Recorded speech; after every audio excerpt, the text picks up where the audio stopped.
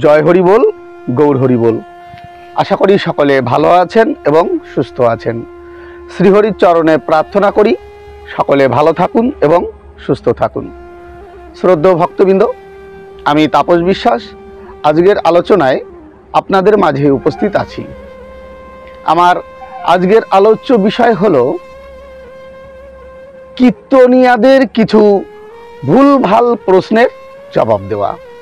আমি কোনো কীর্তনিয়াকে নিয়ে কখনো টোল করিনি, কখনো কোনো ভিডিও করিনি, আর আমার ইচ্ছাও নয়। কিন্তু আমার যারা সাবস্ক্রাইবার রয়েছে এবং যারা আমাকে পছন্দ করে, বিশেষ করে হরিভক্তি টিভিকে যারা সাপোর্ট করে, তারা বারবার অনুরোধ করছে অনেকেই যে প্রদীপ পাল নামে একজন কীর্তনিয়া, সে একটি কীর্তনে বলেছে যে ময়ূর এবং ময়ূরী এরা একে অপরের সঙ্গে মিলন করে না। ময়ূর বর্ষাকালে নিজের বীর্য স্খলিত করে আর বাতাসে সেই বীর্য উড়ে মুড়ির মতো ওড়ে, আর তাই নাকি ময়ূরী খায়, খেয়ে তাতে নাকি তার গর্ভধারণ হয়, তারপরে সে ডিম পাড়ে, বাচ্চা কাচ্চা হয়। কিন্তু কথাটা যে কতটা সত্য কতটা মিথ্যা এ বিষয়ের পরে একটা ভিডিও আমাকে করতে বলেছে আমার এই দর্শক যারা। এখন তাদের জন্য বলবো যে দেখুন, প্রদীপ পাল কি বলেছিল আগে সেটা দেখে নিন, তারপরে ময়ূর ময়ূরী মিলন করে কিনা আমরা সেটা দেখাবো। আগে দেখুন প্রদীপ পাল কি বলছেন।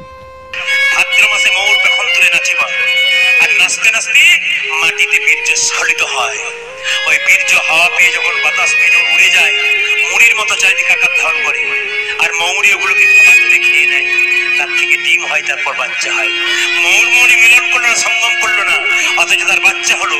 ওই জন্য ভগবান শ্রীকৃষ্ণ ময়ূর পুচ্ছটাকে মাথায় নিয়ে জগৎকে শিক্ষা দিলেন, রে জগৎ আমার কাছ থেকে শিখে নাও। বলে কি, আমার প্রেমের মধ্যে কোনো কামনা নাই, আমার প্রেম নিষ্কাম, আমার প্রেম কামনাহীন।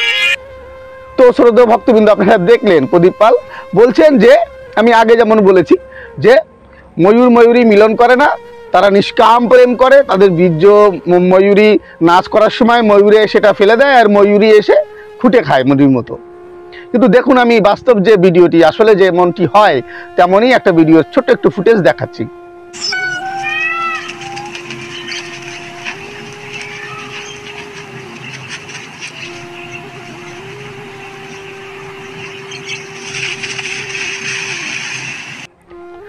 তো শ্রদ্ধেয় ভক্তবৃন্দ, আপনারা দেখলেন ময়ূর এবং ময়ূরী একে অপরের সঙ্গে মিলন করে এবং তার ফলেই তারা গর্ভবতী হয় ময়ূরী এবং ডিম পাড়ে। আর পাঁচটা সাধারণ পাখি যেমন করে, ময়ূরও ঠিক তেমন করে, এর ব্যতিক্রম নয়।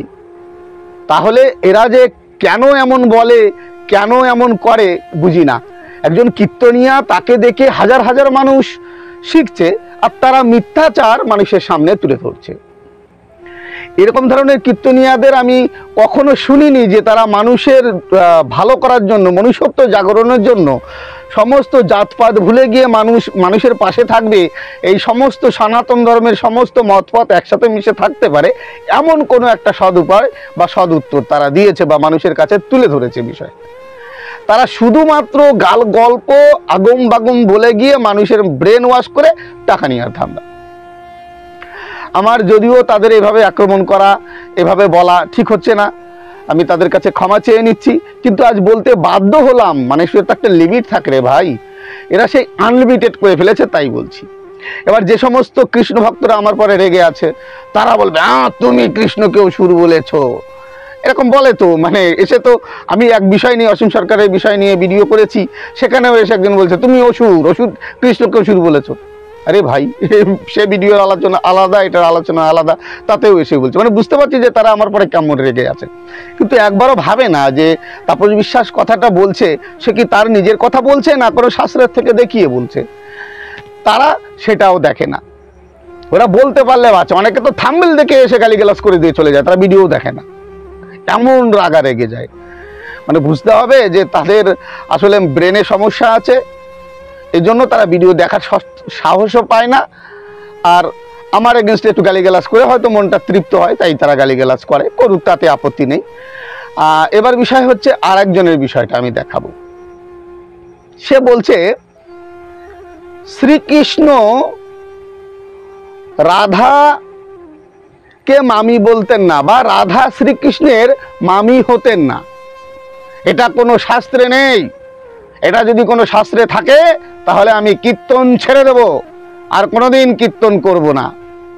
ঠিক ভাবছেন, রাধাপদ ঘোষ, শ্রী রাধাপদ ঘোষ কীর্তনিয়া, বিখ্যাত কীর্তনিয়া, তিনি দক্ষিণ চব্বিশ পরগনার মানুষ।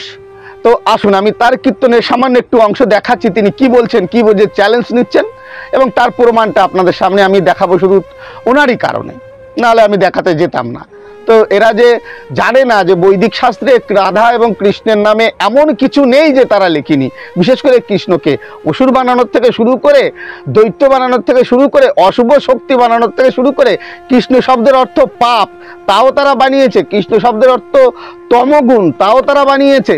অর্থাৎ বৈদিক শাস্ত্রে কৃষ্ণের এমন কোনো বিষয় নেই যে নেই। তাকে যেমন একদিকে ভগবানের মোড়কে মুড়িয়েছে, ভগবান বানিয়েছে, আবার আর একদিকে তাকে অসুর বানাতেও তারা পিছপা হয়নি। আগামী ভিডিওতে দেখাবো। তো এই ভিডিওতে আসুন দেখুন আমাদের বিখ্যাত একজন কীর্তনিয়া তিনি কি বলছেন, সেটা দেখার পর, রাধা মাধব ঘোষের সেটি দেখাবার পর আমি আবার আসছি। আয়ান নাকি কৃষ্ণের মামা হয়? কোথায় পেয়েছেন? হাজার হাজার মানুষ বসে আছেন, তো দাঁড়িয়ে বলুন তো, যে অমুক জায়গায় আমি দেখেছি যে কৃষ্ণের মামা হয় আয়ান, আর মামি হয় রাধারানী। মামির সঙ্গে কৃষ্ণ প্রেম করেছে। কোথাও দেখাতে পারলাম রাধাপদ ঘোষ কীর্তন ছেড়ে দিয়ে দাসত্ব করবে এই ডায়মন্ড হারবারে? আমার চ্যালেঞ্জ। তো শ্রদ্ধেয় ভক্তবৃন্দ, দেখলেন তিনি বলছেন যে কোথায় আছে, কোন গ্রন্থে আছে, প্রমাণ দাও, প্রমাণ দিতে পারলে আমি কীর্তন ছেড়ে দেবো, আর কীর্তন করব না। তো আপনার কাছে আমি করজোরে বলি, কীর্তন করুন, যাতে মানুষের মঙ্গল হয় সেই বিষয়টা করুন, যাতে মানুষের ভেদ ভুলে গিয়ে একে অপরের পাশে থাকতে পারে। আষাঢ়ে গাল গল্প বলে মানুষের মগজ ধুলাই করবেন না। পয়সা নিশ্চয় নিন, ইনকাম করছেন, করুন, কারণ আপনারও পেট আছে, এটা করতেই হবে, স্বাভাবিক কথা। কিন্তু তার মানে এই নয় যে মানুষকে মিথ্যা গ্রাসে গিলাবেন। আসুন এবার আপনাকে আমি প্রমাণ দিচ্ছি যে রাধা কৃষ্ণকে ভাগ্নে বলতেন কিনা, বা কৃষ্ণ রাধাকে মামি বলতেন কিনা, বা সম্পর্কে মামি হয় কিনা, তার প্রমাণ আমি আপনাদের শাস্ত্রের থেকেই দিচ্ছি।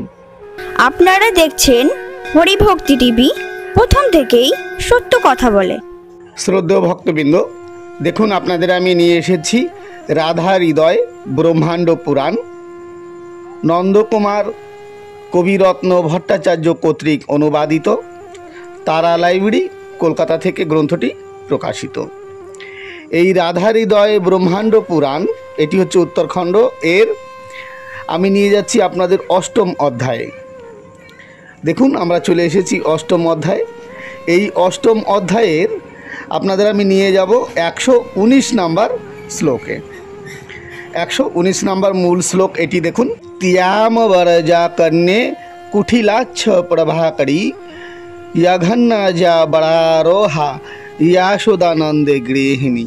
অনুবাদ: ওই আয়ানাদি 3 সহোদরের কনিষ্ঠা কুঠিলা ও প্রভাকরী নামে জটিলার 2 কন্যা হয়। কিয়ৎকাল পরে যশোদা নামে সর্বকনিষ্ঠা আর 1 কন্যা হয়। ওই যশোদা গোপরাজ নন্দের গৃহিণী হয়। তাহলে শ্রদ্ধেয় ভক্তবৃন্দ দেখুন, পরিষ্কারভাবে রাধা হৃদয়ে ব্রহ্মাণ্ড পুরাণ উত্তরখণ্ড অষ্টম অধ্যায়ের 119 নম্বর শ্লোক থেকে পরিষ্কার হলো যে জটিলার সর্বকনিষ্ঠ কন্যা হচ্ছে যশোদা, যার গোপরাজ নন্দের সঙ্গে বিয়ে হয়। আর এই জটিলার পুত্রই হচ্ছে আয়ন, আর এই আয়নের স্ত্রী হচ্ছে রাধা। তাহলে কৃষ্ণের সম্পর্কে রাধা কি হলো? মামি হলো। একদম যশোদার নিজের দাদা হচ্ছে আয়ন, আর তার স্ত্রী হচ্ছে রাধা। আশা করি পরিষ্কারভাবে আপনারা বুঝতে পারলেন এই বৈদিক ধর্মের শাস্ত্র অনুযায়ী। তো শ্রদ্ধেয় ভক্তবৃন্দ, আপনারা দেখলেন রাধা হৃদয় উত্তরখণ্ড থেকে আমি পরিষ্কার প্রমাণ দিলাম যে যশোদা দেবী আয়নের ছোট বোন, আর আয়নের যশোদার পুত্র হচ্ছে কৃষ্ণ। তাহলে আয়নের স্ত্রী হচ্ছে রাধা, সেই হিসাবে তাহলে কৃষ্ণের মামি হচ্ছে রাধা। পরিষ্কার শাস্ত্র থেকে পেলাম। এবার এটি ভুল হোক, খারাপ হোক, নিন্দা হোক, আর যাই হোক, ভাই শাস্ত্রে আছে দেখিয়ে দিলাম। শাস্ত্রে নেই বলে চ্যালেঞ্জ করা যাবে না। পড়তে হবে, তাহলে ভালো করে পড়াশোনা করতে হবে, বৈদিক শাস্ত্র আদি কোথায় কি আছে পুঙ্খানুপুঙ্খু লাইনের পর লাইন বিচার করতে হবে, তারপরে গিয়ে এরকম বড় চ্যালেঞ্জ নেবেন যে থাকলে কীর্তন ছেড়ে দেবো। আপনাদের আলোচনা, আপনাদের কথাবার্তা শুনে মনে হয় আপনারা তেমনভাবে কোনো শাস্ত্রাদি পড়েন না, কীর্তন শেখেন এবং কীর্তনের খাতায় যা লেখা আছে তাই নিয়ে আসরে নেমে পড়েন, পড়াশোনা তো করেনই না। যাই হোক, আপনাকে ব্যক্তিগত আক্রমণ করা বা আপনাকে বলাও আমার অভিপ্রায় নয়, কিন্তু আপনি যে ভুল বলছেন তার প্রমাণটা আমি দিয়ে দিলাম। তো কীর্তন আপনাকে ছাড়তে হবে না, আপনি কীর্তন করুন, তাতে কোনো অসুবিধা নেই। তো শ্রদ্ধেয় ভক্তবৃন্দ, আজ এ পর্যন্ত। আগামী ভিডিওতে আপনাদের সামনে আমি তুলে ধরব যে কৃষ্ণের চরিত্র কিভাবে বৈদিক শাস্ত্রে গঠন করেছে, তাকে অসুরের স্বরূপ বানিয়েছে। তো আজ এ পর্যন্ত, সকলে ভালো থাকবেন এবং সুস্থ থাকবেন। হরি বল।